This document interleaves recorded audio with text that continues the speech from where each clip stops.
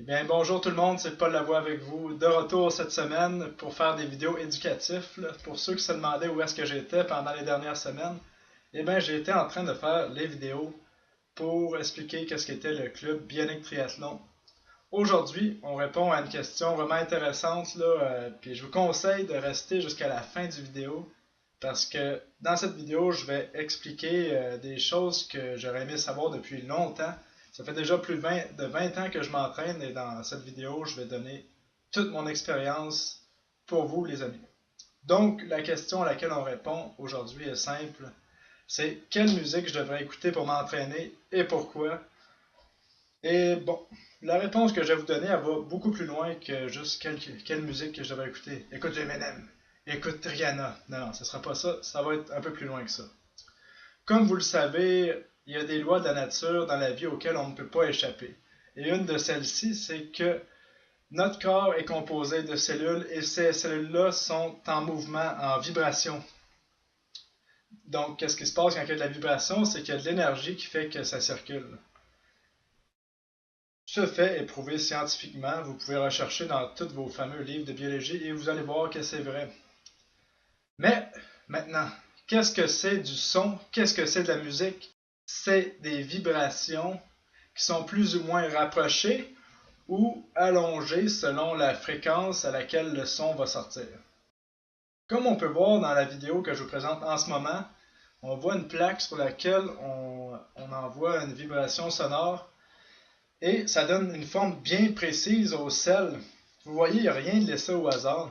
Et pourquoi il n'y a rien de laissé au hasard? C'est parce que c'est une loi de la nature.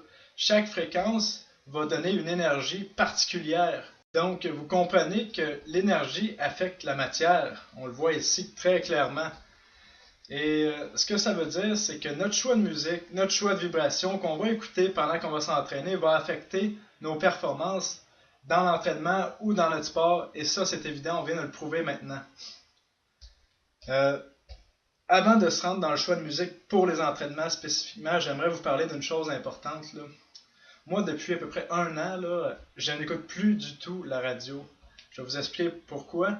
C'est parce que moi, je travaillais sur la route et je me rendais compte que j'étais souvent dans mon auto puis j'avais mal à la tête. Je me demandais pourquoi. Puis à un moment donné, j'ai décidé de fermer la radio.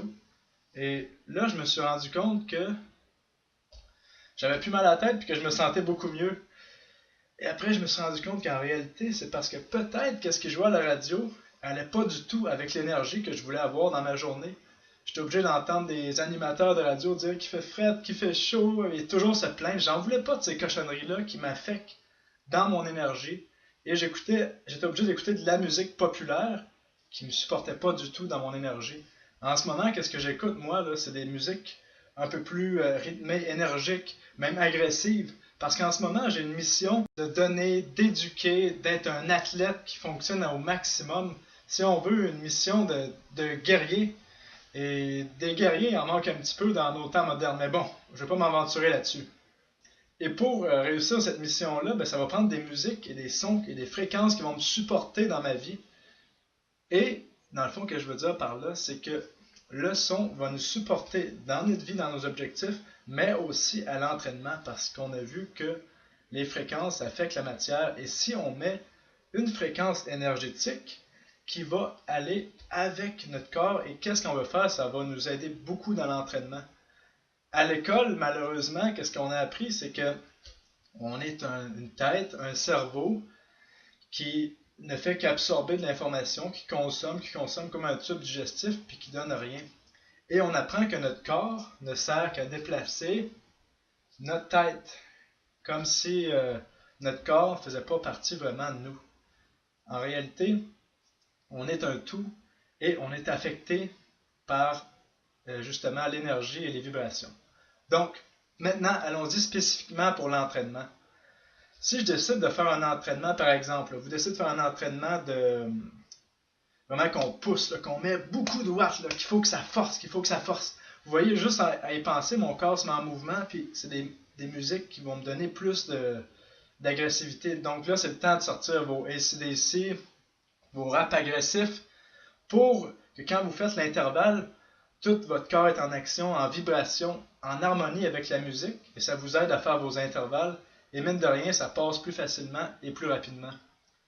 À l'opposé, si vous voulez faire un entraînement, par exemple, sur votre vélo stationnaire ou votre tapis d'endurance, et cet entraînement-là dure 2 heures, mais allez pas mettre ces fameux AC/DC ou ces rap agressifs-là, parce que vous allez être dans un état d'esprit que vous ne voulez pas être, vous voulez être plus fluide, plus rythmé. Donc c'est le temps de mettre des chansons plus rythmées pour vous supporter là-dedans. Et je pense que vous voyez le principe derrière ça, là. On met la chanson qui va nous supporter dans notre activité.